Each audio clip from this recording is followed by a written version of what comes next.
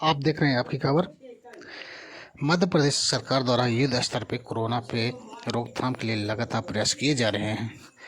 इस रोकथाम करने के लिए मध्य प्रदेश सरकार ने कड़े कदम उठा रहे हैं, साथ में लोगों को जागरूक भी कर रहे हैं।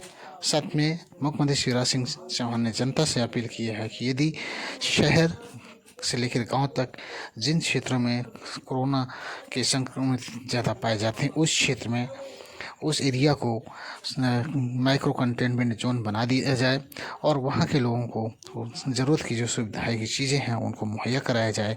देखिए मुख्यमंत्री शिवराज सिंह चौहान का जनता के नाम क्या है संदेश। प्रिय बहनों और भाइयों, बेटे और बेटियों, हम सब मिलकर कोरोना के खिलाफ युद्ध लड़ रहे हैं।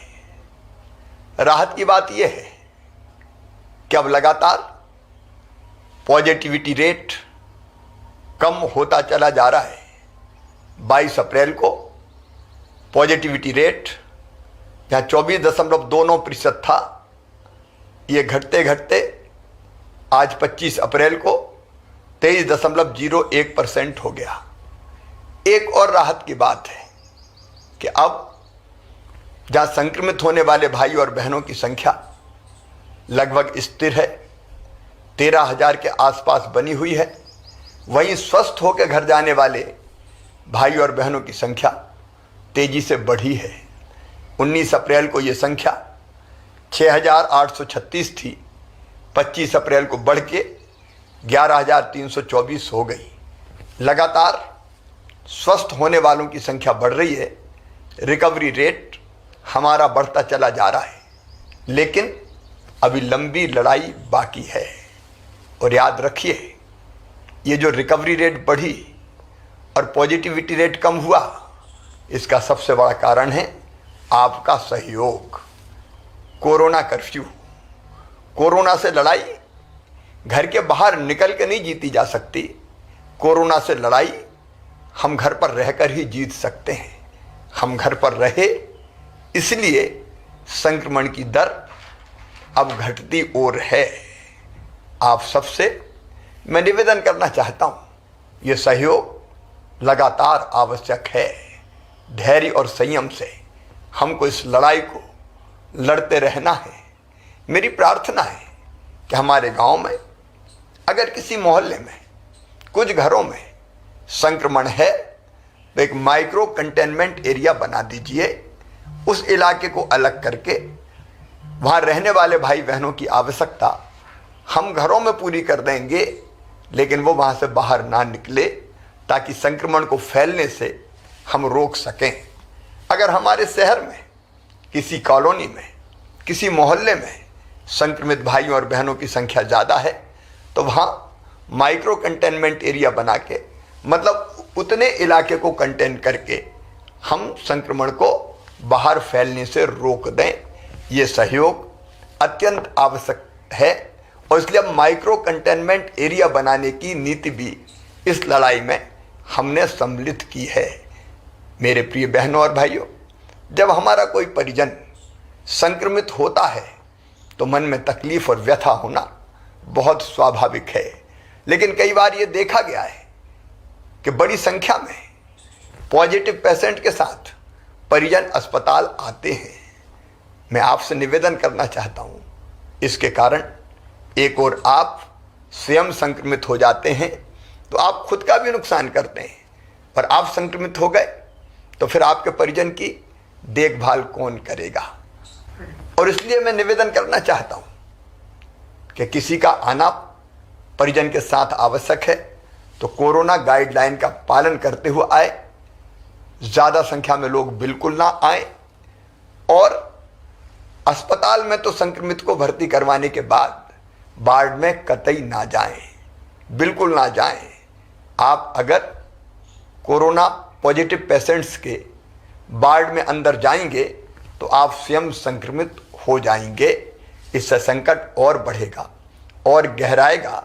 इस समय हमको संक्रमण बढ़ाने में योगदान नहीं करना, संक्रमण रोकने में योगदान करना है। हर संभव प्रयास हम कर रहे हैं व्यवस्थाएं बनाने का। कई बार जब बड़ी संख्या में संक्रमित भाई बहन आते हैं तो व्यवस्थाएं छोटी पड़ने लगती है, तकलीफें स्वाभाविक है, मेरा मन भी बहुत व्यथित होता है, लेकिन इसके बावजूद हम पूरी ताकत से व्यवस्था बनाने में लगे हुए हैं।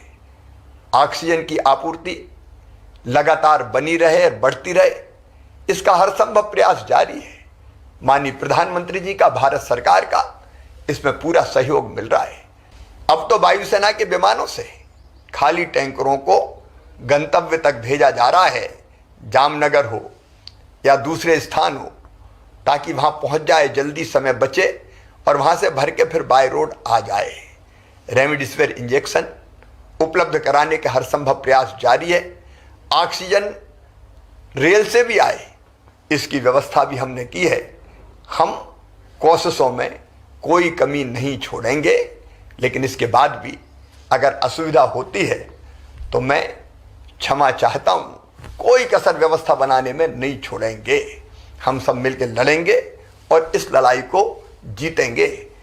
एक तरफ जहां हम सब मिलकर महामारी से लड़ रहे हैं, वहीं दूसरी तरफ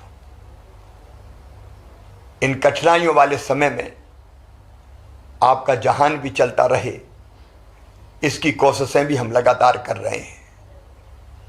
मध्य प्रदेश सरकार ने 3 महीने का राशन निःशुल्क देने का फैसला किया है। माननीय प्रधानमंत्री जी ने, भारत सरकार ने भी 2 महीने का राशन मई और जून का निःशुल्क देने का फैसला किया है। निःशुल्क राशन के साथ साथ हमारे जो स्ट्रीट वेंडर है, क्या वो शहरी हो, फुटपाथ पर सामान बेचने वाले, छोटा मोटा कारोबार करने वाले या ग्रामीण क्षेत्र के हों, उनके खाते में भी 1000 रुपया डालने का हमने फैसला किया है। जल्दी ही किसानों के खाते में मुख्यमंत्री किसान कल्याण योजना की निधि की एक किस्त भी डाली जाएगी। जनता को राहत देने के हर संभव उपाय हम लगातार करते रहेंगे। लेकिन एक बात और ध्यान रखिएगा, इस लड़ाई में अगर हमारे सेनापति कोई हैं तो वो सेनापति है डॉक्टर्स, पैरामेडिकल स्टाफ, हमारी नर्स बहनें, हमारे वार्ड बॉय। ये अपनी जान हथेली पे रख के, अपनी जान जोखिम में डाल के ये इस लड़ाई को लड़ रहे हैं। इनका सम्मान कीजिए, इनका मनोबल बढ़ाइए, इनकी हिम्मत बढ़ाइए, इनका हौसला बढ़ाइए, ताकि दुगने उत्साह से ये आपकी सेवा में लगे, संक्रमितों को स्वस्थ कर सकें। इनके साथ अशोभनीय व्यवहार कतई नहीं होना चाहिए। आइए मेरे बहनों और भाइयों, मिलके हम इस लड़ाई को लड़ें। मेरा विश्वास है कि जो रणनीति हमने बनाई है, उस पर अगर हम ठीक ढंग से चलते रहे तो निश्चित तौर पर कोरोना हारेगा, हम जीतेंगे। बहुत बहुत धन्यवाद।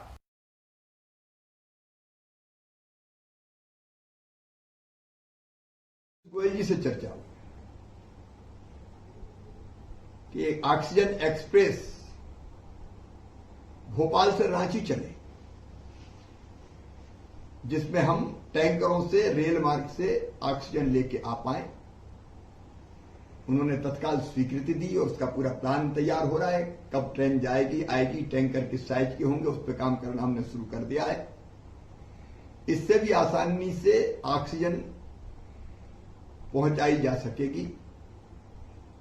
आज माननीय प्रकाश जावड़ेकर जी, जो कोरोना संक्रमित है, स्वयं एम्स में भर्ती है, लेकिन मैंने उनसे भी चर्चा की और उनसे आग्रह किया कि वेल, यद्यपि ऑक्सीजन की सप्लाई हमें कर रहा है, क्या और अधिक ऑक्सीजन वहां से ली जा सकती है, बनाई जा सकती है।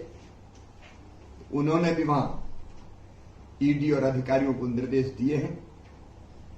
केंद्रीय कृषि मंत्री आदरणीय नरेंद्र सिंह तोमर जी से भी चर्चा करके इन सब व्यवस्थाओं और आवश्यकताओं को पूरा करने में सहयोग मैंने मांगा। थावरचंद गहलोत जी से भी चर्चा हुई, वो भी लगातार प्रयासों में लगे हुए हैं।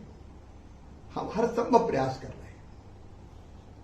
मैंने फिक्की के माध्यम से उद्योगपतियों से भी चर्चा की, अलग अलग ऑक्सीजन के प्लांट निर्माण के लिए, ऑक्सीजन कंसंट्रेटर इत्यादि की आपूर्ति के लिए कम समय में कैसे ऑक्सीजन प्लांट बन सकते हैं इसके लिए और बाकी व्यवस्थाओं के लिए, दवाइयों के लिए उनसे भी सहयोग मांगा है।